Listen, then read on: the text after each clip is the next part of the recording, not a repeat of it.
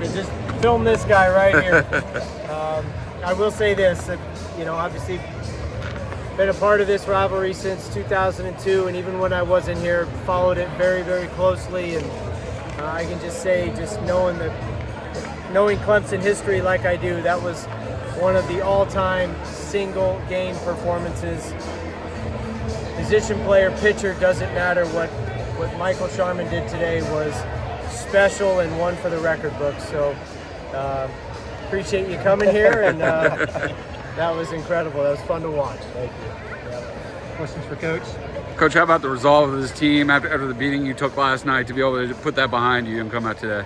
Yeah, it's just one game. Nothing's been clinched. So, I mean, we didn't, as great as Sharn pitched, we still a lot to play for, and we still got a big day tomorrow. But it was the exact response that we were hoping for. Even in the box, our competitiveness at the plate was much better. We played very good defense, had a little there in the ninth, but we needed an outlier performance, and Bakich Sharman delivered that exactly today. And nobody was expecting 78 pitch complete games, 67 strikes, 0 3-ball counts, 86% strikes. I mean, just incredible. We weren't expecting that, but we're certainly happy that he delivered it. Did you sense early on that he was on his game, that he was going to have something special? No, honestly, I hate to tell you this, but I thought they hit some balls hard early, and but that's what happens when you're a strike thrower.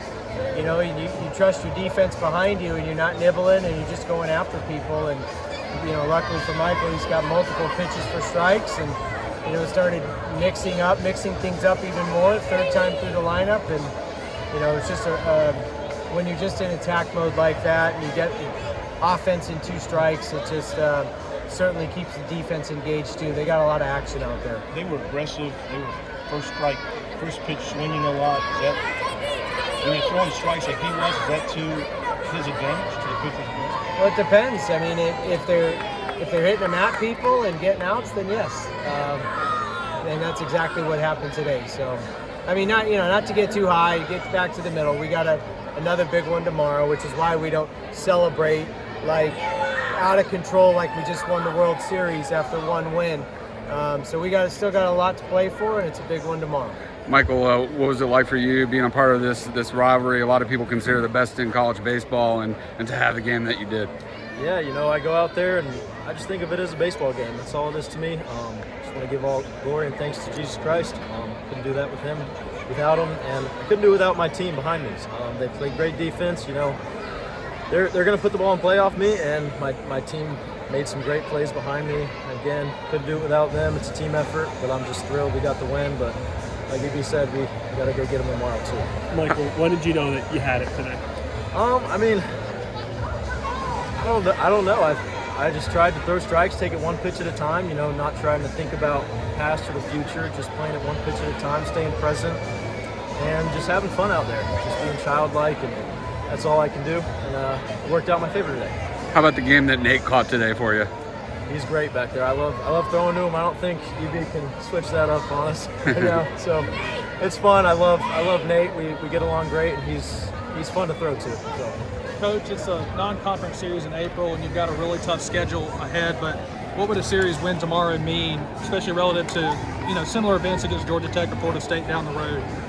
Well, this rivalry in this series it's its own thing. So it has nothing to do with the ACC. This is, this series means so much to so many people, including us.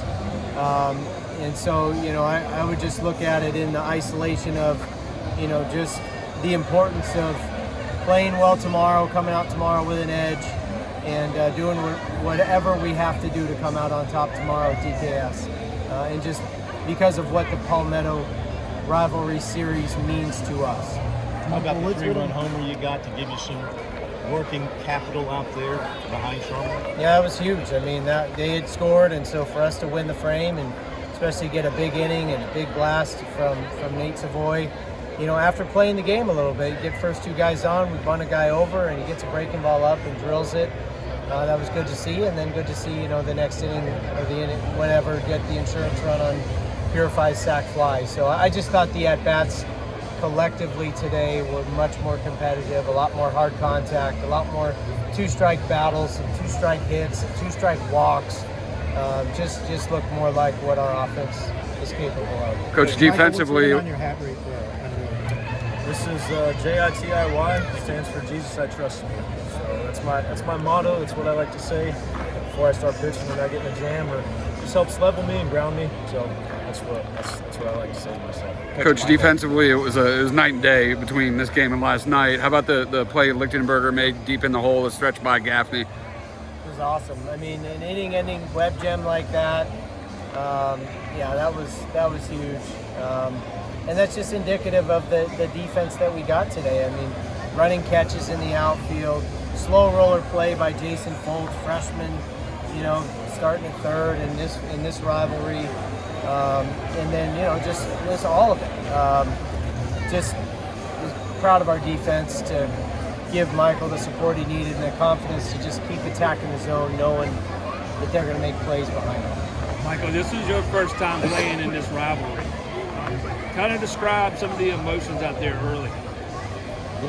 I came out here and I was like, this is going to be fun. It's a cool park, a lot of fans from each side. So at the end of the day, I go out there and I treat it like a regular baseball game. I don't try to get too high, too low. I try to stay present, know that God's got me. And so I go out there and try to have as much fun as I can. Definitely nerves calmed down a little bit as the game went on, but it's just fun. It was a great moment. Question for both of you guys. Heading into today, y'all were second in the country as a team in team ERA. It's certainly not going to change that much after your start. From your perspective and your perspective, what has the pitching staff just done so well all year thus far? From my perspective, we've thrown a lot of strikes. We've attacked the strike zone. Even last night didn't go our way. We obviously gave them too many opportunities from the extra 90s and not taking care of the baseball, but we were still 63% strikes, so it wasn't up to our standard of 64%, but it was close. And then, of course, what Michael did today just completely blew that away. But I think a lot of the success we've had this year is from, guys like Michael really setting the tone of just attacking the zone and letting the defense work. And our defense hadn't been perfect, but we got some guys that can shrink the field too. We've got some athletic dudes out there. So it's just, I think good things have kind of flowed from the ability to try to minimize the other team's opportunities. And you could see the stark difference between giving them a lot of opportunities last night and being very stingy with those opportunities tonight. And it all stems, in my opinion, from attacking the zone, getting ahead. Coach, rubber match tomorrow. Talen's pitched just 5 innings in his first 2 starts. What do you hope to see from him?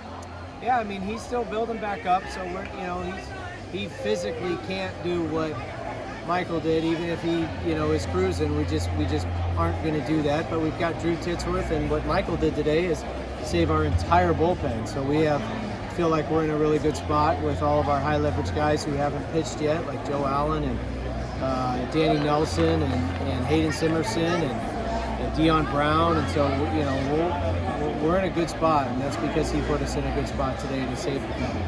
Going back to this being your first time playing in this rivalry, have you ever played in a rivalry like this before you got here, or anything kind of about that level? No, not like this. So very fun experience.